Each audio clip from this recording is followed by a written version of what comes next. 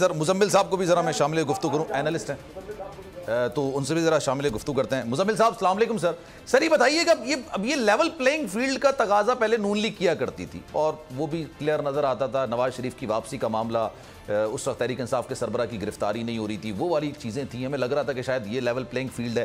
पहली बात तो ये है कि अब मुत्तहदा कौमी मूवमेंट भी है, पाकिस्तान पीपल्स पार्टी भी है, बिलावल भुट्टो जरदारी साहब, उनसे ऊपर तो कोई नहीं होगा ना। भी जरदारी साहब होंगे या बिलावल भुट्टो जरदारी साहब होंगे, वो भी अगर लेवल प्लेइंग फील्ड का तकाजा कर रहे हैं तो सर वो किससे कर रहे हैं? मतलब सियासी जमातों से कर रहे हैं या किसी इदारे से कर रहे हैं? मैं इलेक्शन कमीशन की बात कर रहा हूं, आप कुछ और नहीं समझिएगा।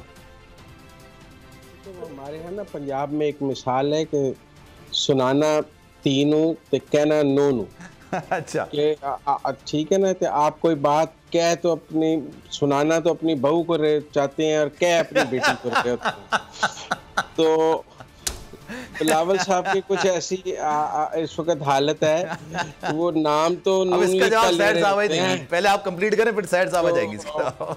वो नाम तो नून लीग का जरूर ले रहे होते हैं, लेकिन उनका हदफ नून लीग नहीं होता। ये बात आप समझे। अच्छा अच्छा। लेकिन अब आप समझे पीपल्स पार्टी को क्या शिकायत। मैं आपके सामने एक मंजरनामा रखता हूँ, बताइए सर, कि अगर ऐसा हो जाता तो फिर पीपल्स पार्टी के लिए एक लेवल प्लेइंग फील्ड बन जाता है।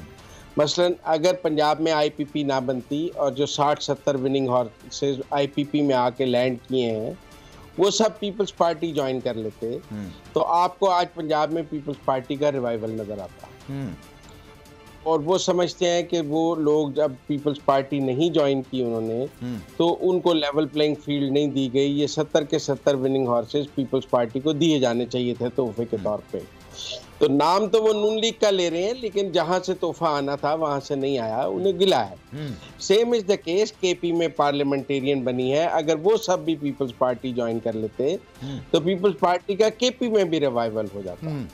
और फिर उन्होंने बहुत कोशिश की बाप पार्टी को अपने साथ शामिल करने की, बजिंजो साहब को खत भी लिखे, मनाने की भी कोशिश की, लेकिन वो माने नहीं। और जाम कमाल वगैरह ने और अनवार काकड़ वगैरह ने 19 जून को नून लीग के साथ जाने का फैसला कर लिया। तो आप समझे कि लॉसेस क्या क्या हैं। पंजाब में लॉस है कि लेवल प्लेइंग फील्ड नहीं मिली, कि विनिंग हॉर्स। लेकिन आपने राजा रियाज की बात की, पीपल्स पार्टी से पीटीआई में गए थे, आज वापस पीपल्स पार्टी में जाने को तैयार हैं। शमशाम बुखारी पीपल्स पार्टी से पीटीआई में गए थे, आज वापस पीपल्स पार्टी में जाने को तैयार हैं नहीं। पंजाब के मसाइल में आपको बताता हूँ, same is the case in KP. तो जो इलेक्शन के लिए उन्हें जरूरत थी कि उनके साथ को 50-60-100 विनिंग हॉर्सेस आ जाते ऑल ओवर पाकिस्तान, तो पीपल्स पार्टी की एक शक्ल बन जाती, वो नहीं बन सकी।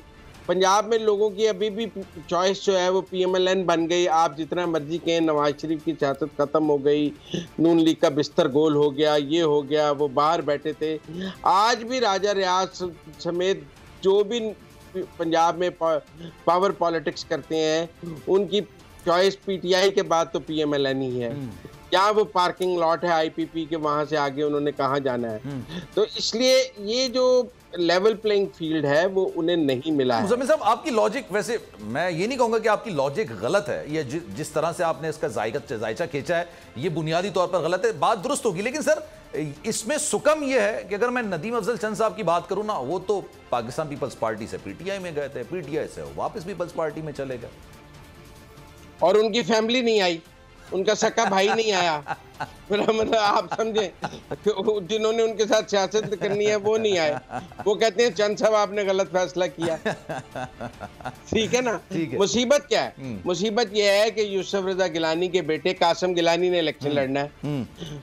वो शाह महमूद की बेटी को तो हराया है उन्होंने, बिल्कुल, लेकिन वो तब हराया है जब नून लीग ने अपना कैंडिडेट गफ्फार डोगर बिठा लिया था।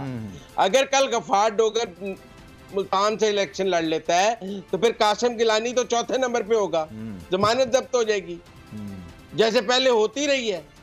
फिर तो नून लीग और पीटीआई का मुकाबला हो जाएगा ना। लेकिन सर यूसुफ रजा गिलानी के आप राजा परवेज अशरफ के हल्के में आ जाए, same is the position. Kaira साहब के हल्के में आ जाए, सेम इज द पोजीशन। ना नून उनके साथ एडजस्टमेंट कर रही है। और मैं आपको, अब रोकड़ी साहब को मेरे से ज्यादा पता होगा, पिछले दिनों पीपल्स पार्टी ने पीटीआई को यह ऑफर किया है कि आप हमारे साथ मिलकर सेनेट का इजलास रेक्विजिट कर लें। हम महंगाई पर सेनेट का इजलास करना चाहते हैं। कैदी नंबर 804 ने उनके साथ मिलकर रेक्विजिशन करने से इनकार कर दिया। उसने कहा नहीं, मैंने आपका खेल नहीं खेलना है।